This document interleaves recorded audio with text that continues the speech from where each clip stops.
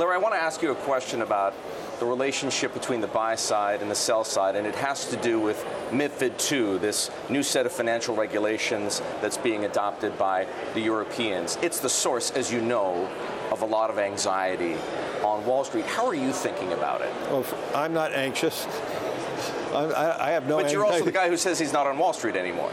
Well, but I'm just saying we look at it as a net positive.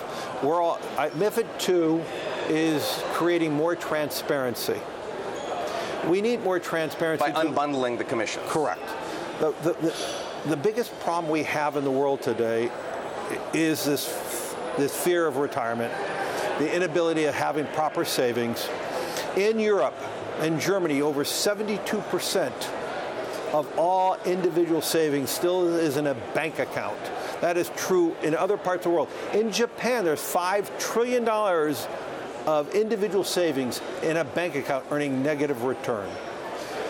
I think much of it has to do with the investors didn't feel comfortable in understanding how this investment will help them over the long term, and they had fear of all the commissions and prices. So transparency gives them confidence.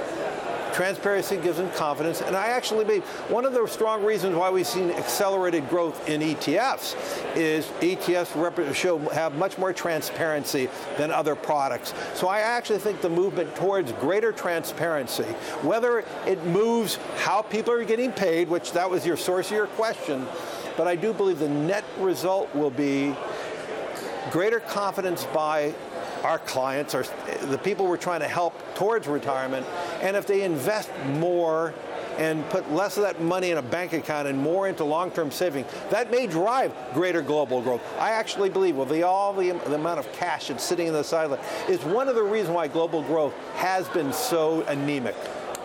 Do you expect BlackRock will spend more or less on research as a result? We intend to have just as much research internally. We're going to do it more efficiently. We're going to be having much more systematic teams looking at research. I'm talking about the research you buy. Oh, it's going to be a fraction of, it's going to be much more internal. Really? Yeah.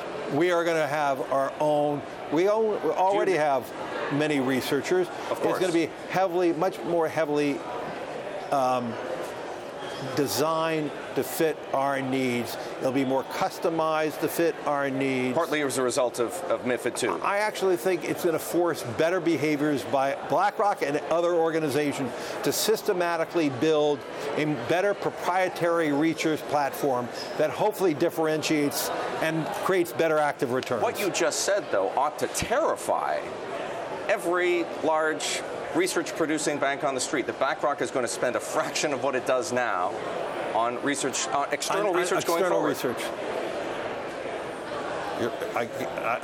I said I have no anxiety. Do you have any idea how much you spend now? I do, but I'm not going to talk about it.